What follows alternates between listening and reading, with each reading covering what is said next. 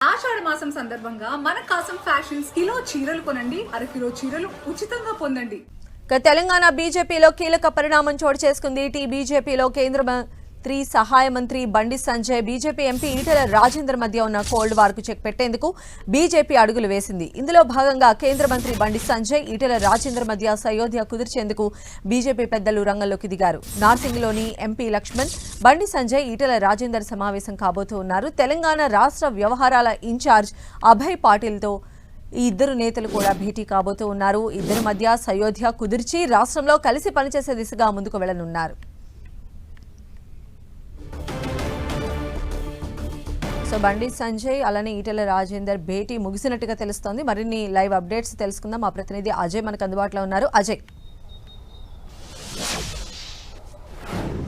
కొద్దిసేపటి క్రితమే ఈటెల రాజేందర్ అదేవిధంగా సంజయ్ మధ్యలో భేటీ ముగిసిందని చెప్పుకోవచ్చు. డాక్టర్ లక్ష్మణ్ ఇంట్లో, నార్సింగ్లోని డాక్టర్ లక్ష్మణ్ ఇంట్లో రాష్ట్ర వ్యవహారాల ఇన్ఛార్జ్ అభయ్ పాటిల్ సమక్షంలో ఇద్దరు నేతలు కూడా భేటీ అయినటువంటి పరిస్థితి మనకు కనబడుతుంది. కొద్దిసేపటి క్రితమే ఆ భేటీ కూడా ముగిసింది. దాదాపు గంటన్నర సేపు ఈ భేటీ సాగినట్టుగా సమాచారం అందుతుంది.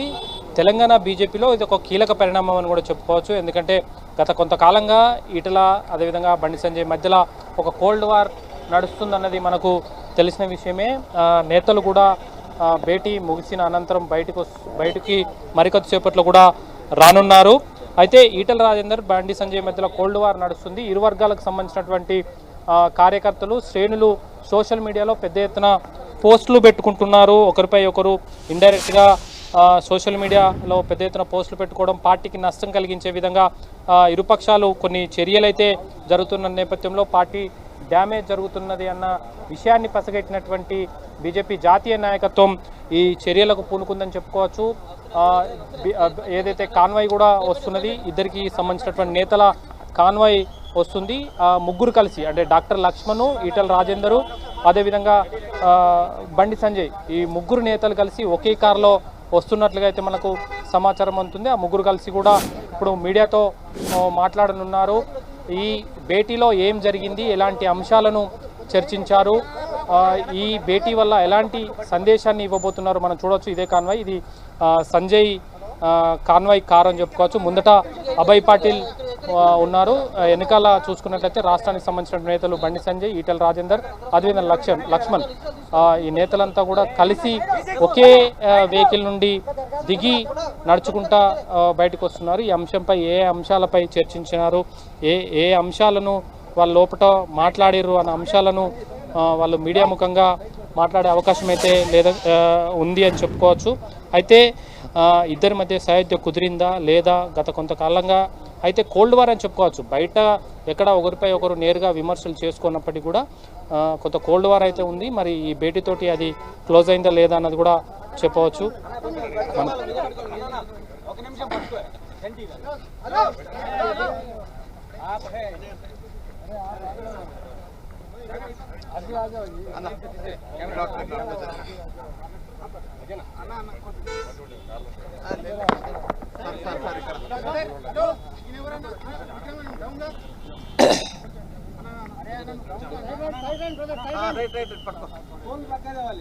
కొంచెం మీరు అక్కడ జరగాలి, కనబడాలి.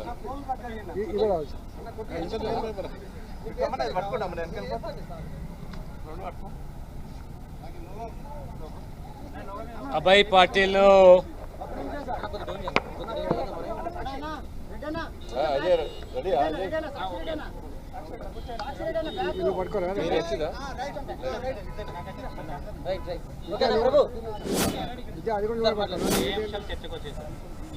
అభయ్ పాటిల్ మా రాష్ట్ర పార్టీ ఇన్ఛార్జిగా వారు హైదరాబాదు వచ్చిన సందర్భంగా వారితో పాటు నా తోటి సహచర పార్లమెంట్ సభ్యులు ఈటెల రాజేందర్ గారు, కేంద్ర హోంశాఖ సహాయ మంత్రి బండి సంజయ్ గారు, వారు కూడా భోజనానికి పిలవడం జరిగింది. ఒక సుహృద్రమైనటువంటి వాతావరణంలో ఈ రాష్ట్రంలో ప్రస్తుత రాజకీయ పరిస్థితులపైన చర్చించుకొని ఇటీవల ప్రధానమంత్రి రాక, జాతీయ అధ్యక్షులు నితిన్ నవీన్ గారు 3 రోజుల పర్యటన, అంతకు పూర్వము డిఫెన్స్ మినిస్టర్గా రాజ్నాథ్ సింగ్ గారు, ఆ తర్వాత కేంద్ర ఆరోగ్య శాఖ మంత్రిగా జేపీ నడ్డా గారు, ఇటీవల కేంద్ర మంత్రి అశ్విని వైష్ణవ్ గారు తరచుగా రావడము, ఈ రాష్ట్రంలో కాంగ్రెస్ పార్టీ పట్ల ప్రజలకు ఉన్నటువంటి ఒక వ్యతిరేకత,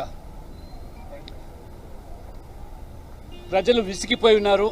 వారి అవినీతి, వారి ప్రభుత్వ పాలన పట్ల ముఖ్యమంత్రిగా రేవంత్ రెడ్డి గారు ఎన్నికల ముందు ఇచ్చిన హామీలన్నీ కూడా పూర్తిగా విస్మరించి ఈరోజు మరి పరిపాలన పట్ల ప్రజలు, ముఖ్యంగా హైదరాబాదు రాష్ట్ర రాజధాని రియల్ ఎస్టేట్ కానీ పూర్తిగా ఈరోజు కుప్పకూలిపోవడం, అనేక మంది ఆత్మహత్యలు చేసుకునే పరిస్థితి, చిన్న చిన్న కాంట్రాక్టర్లు కూడా. ఆ రకంగా ఇవాళ గతంలో టీఆర్ఎస్ పాలన చూశారు, మరి పెనం నుంచి పోయి పొయ్యిలబడ్డట్టుగా ప్రజలు భావిస్తున్నారు. అందుకనే బీజేపీకి మంచి సానుకూలమైనటువంటి వాతావరణం ఉన్నది. ఖచ్చితంగా ప్రజలు తెలంగాణలో బీజేపీ అధికారంలో రావాలని కోరుకుంటున్నారు.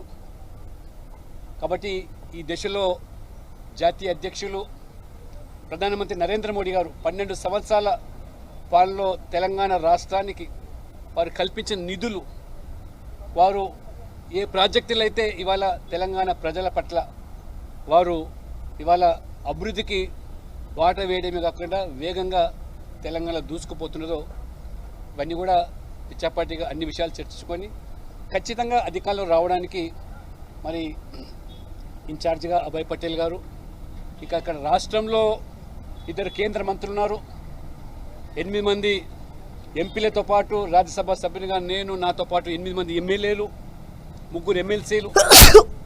ఆ రకంగా రాష్ట్ర అధ్యక్షుడు రామచంద్రరావు గారు ఈ మధ్యకాలంలో తీసుకుంటున్న కార్యక్రమాలను ఇంకా వేగవంతం చేసి ముందుకు పోవాలనే ఆలోచనతో మరి ఈరోజు భోజనం పేరు మీద రావడం జరిగింది. కానీ ఇతరత దాని మీద పెద్దగా రాజకీయపరమైనటువంటి ఎటువంటి మరి ఊహాలకు ఆలోచనకు తావులేదు. రాష్ట్ర రాజకీయ పరిస్థితి గురించి చర్చ చేశాం. కేంద్ర మంత్రి బండి సంజయ్, ఎంపీ ఈటెల రాజేందర్ సయోధ్య కోసం ఈ భేటీ జరిగిందని ప్రచారం జరుగుతుంది. అంటే మీడియాలో మీరు అనేక రకాలుగా మరి ఏదో పొరపచ్చాలు ఉన్నటువంటి భావన మీరు వ్యక్తం చేస్తూ ఉన్నారు. ఈ బ్రేకింగ్ న్యూస్లో కూడా మేము చూసాం కాబట్టి భోజనం చేసేటప్పుడు, అందుకనే అవన్నీ కూడా నివృత్తి చేయాలనే ఉద్దేశంతోనే మేము మాట్లాడుతున్నాం. కానీ ఇతరత్ర లేదు. మరి రొటీన్గా భోజనానికి వచ్చారు, పిలిచాను నేను. ఆ రకంగా తరచుగా ఇది భారతీయ జనతా పార్టీ ఒక కుటుంబ పార్టీగా మేమందరం కూడా సభ్యులు కొనసాగుతుంటాం కాబట్టి ఇది ఈ యొక్క కార్యక్రమం విషయాలు తప్పకుండా ఖచ్చితంగా బీజేపీ అధికారంలో రావడానికి అందరం మొత్తం ఆ పార్టీ యంత్రాంగం అంతా అధ్యక్షుని, రాష్ట్ర అధ్యక్షుని మొదలుకుంటే కింది స్థాయి వరకు కృత నిశ్చయంతో ఉన్నారు, కసితో ఉన్నారు. ఆ రకంగా అధికారంలో తీసుకురావడానికి మా వంతు ప్రయత్నాలు. జాతీయ పార్టీ అధ్యక్షుడు నితిన్ నవీన్ గారు ఆదేశాల మేరకు తెలంగాణలో కూడా ఖచ్చితంగా ఎప్పుడు ఎన్నికలు జరిగినా నేను స్పష్టంగా చెప్తున్నాను కూడా, తెలంగాణలో మహిళా రిజర్వేషన్తో పాటు సీట్ల సంఖ్య పెంపుదలతో పాటు జెమిని ఎన్నికలు కూడా ఖాయము. కాబట్టి అధికార పగ్గాలు చేపట్టడానికి, ప్రజలకు సేవ చేయడానికి మేమందరం కలిసి ముందుకు పోతాం.